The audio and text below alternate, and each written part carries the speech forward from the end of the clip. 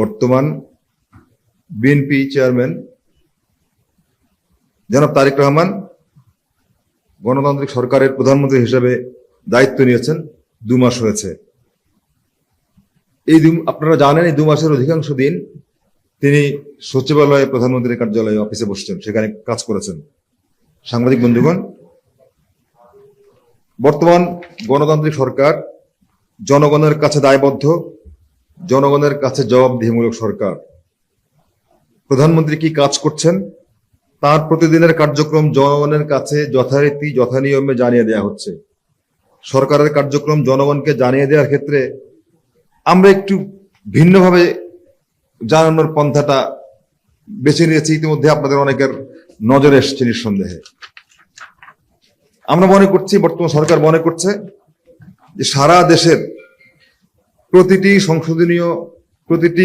সংসদীয় আসনে বিজয়ী প্রার্থীরা নির্বাচনের আগে জনগণের কাছে ভোট চাওয়ার সময় তারা নানা রকম প্রতিশ্রুতি দিয়েছিলেন। শুধু তাই নয়, বিএনপি যে 31 দফার কথা বলছে, বিএনপির যে নির্বাচনী ইশতেহার 31 দফা নিয়ে গত 2 বছর 2.5 বছর জনগণের মুখোমুখি হচ্ছে। প্রত্যেকজন প্রার্থী জনগণের কাছে গিয়ে এই 31 দফা সম্পর্কে বিস্তারিত বর্ণনা দিয়েছেন, কথা বলেছেন, জনগণের রায় নিয়েছেন। এরপর তার আলোকে আমরা যে নির্বাচনী ইশতেহার করেছিলাম সেটা সম্পর্কে কথাবার্তা বলেছেন। আমরা মনে করছি জনগণের কাছে নির্বাচনী ইশতেহারে যে সমস্ত কথাগুলি বলা হয়েছিল, এই সমস্ত প্রতিশ্রুতিগুলি জনপ্রতিনিধিরা পালন করছেন কিনা, এটা যার যার সংসদীয় আসনের যারা আছেন, ভোটার যারা আছেন, যারা ভোট দিয়েছেন, যে সমস্ত মানুষরা যার যার সংসদীয় এলাকায় বসবাস করছেন, তারা তাদের জনপ্রতিনিধিদের কাছে এটা জিজ্ঞাসা করার, জানার অধিকার আছে এবং তাদের জানা উচিত। সুতরাং আমরা মনে করি যারা জনপ্রতিনিধি নির্বাচিত হয়েছেন তারা যার যার নিজ নিজ এলাকার সংসদীয় আসনের ভোটারদের কাছে তাদের কথাগুলি বলবেন। এরপর যদি জানার পরবর্তী স্টেপ যেটি, সেটা হচ্ছে সরকারের যে মন্ত্রী আছে, মন্ত্রণালয় আছেন, সরকারের বিভিন্ন মন্ত্রণালয়ের মন্ত্রীগণ জনগণের কাছে তাদের উপর অর্পিত দায়িত্ব ঠিকমতো পালন করছেন কিনা সেটিও জনগণের জানার অধিকার আছে। ফলে মন্ত্রী মহোদয়গণ তাদের জনসংযোগ কর্মকর্তার মাধ্যমে কিংবা নিজেরা সাংবাদিকদের মুখোমুখি হয়ে অথবা সরাসরি জনগণের মুখোমুখি হয়ে তারা নিজেরা নিজেদের কার্যক্রমের কথা জনগণকে জানাবেন। জনগণের কাছে সরকারের জবাবদিহিতা নিশ্চিত করার এটি অন্যতম একটি উপায়। এরপরে আপনারা দেখবেন যে যখনই ক্যাবিনেট মিটিং হচ্ছে, ক্যাবিনেট মিটিং হওয়ার পর ক্যাবিনেটের সিদ্ধান্তগুলো ক্যাবিনেট সচিব মহোদয় যথারীতি জনগণকে জানিয়ে দিচ্ছেন। প্রধানমন্ত্রী প্রতিদিনের রুটিন ওয়ার্কগুলো মাননীয় প্রধানমন্ত্রীর প্রেস উইং থেকে সাংবাদিকদের নিয়মিত জানিয়ে দেওয়া হচ্ছে। তবে সঙ্গত কারণেই মাননীয় প্রধানমন্ত্রীর পক্ষে প্রতিদিন সাংবাদিকদের মুখোমুখি হওয়া সম্ভব নয়। এমন বাস্তবতায় প্রধানমন্ত্রীর রুটিন ওয়ার্কের বাইরেও কিছু কার্যক্রম থাকে, সেগুলো যাতে যথানিয়মে যথাসময়ে জনগণকে জানিয়ে দেওয়া যায় সেই লক্ষ্যে সম্প্রতি প্রধানমন্ত্রী কার্যালয়ের মুখপাত্র নির্ধারণ করা হয়েছে। প্রতি সপ্তাহে 1 দিন কিংবা 2 দিন অথবা প্রয়োজন অনুযায়ী প্রধানমন্ত্রীর কার্যালয়ের সংবাদ ব্রিফিং এর আয়োজনের প্রস্তুতি রয়েছে।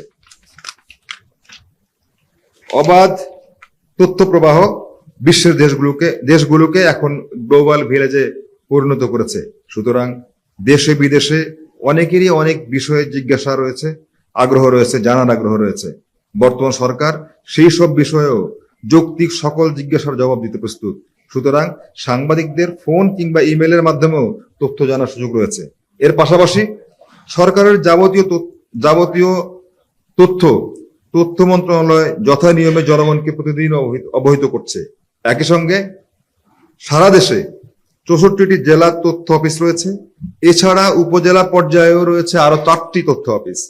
প্রধানমন্ত্রী তারেক রহমান ইতিমধ্যেই তথ্য মন্ত্রণালয়কে জেলা তথ্য অফিসগুলোকে আরো কার্যকর করার নির্দেশ দিয়েছেন। এই অফিসগুলোর কার্যক্রম আরো জোরদার করা গেলে স্থানীয় পর্যায়ের সঠিক তথ্যগুলি তুলে ধরা এবং মিথ্যা তথ্য, ভুল তথ্য কিংবা অপতথ্যের বিরুদ্ধে সক্রিয় ভূমিকা রাখা সম্ভব হবে। কোনো জেলায় কোনো ঘটনা ঘটলে জেলা তথ্য কর্মকর্তাগণ যাতে তথ্য প্রদানের জেলার মুখপাত্র হিসাবে ভূমিকা রাখতে পারেন সেটিও নিশ্চিত করার জন্য ইতিমধ্যে তথ্য মন্ত্রণালয় কার্যক্রম শুরু করে দিয়েছে।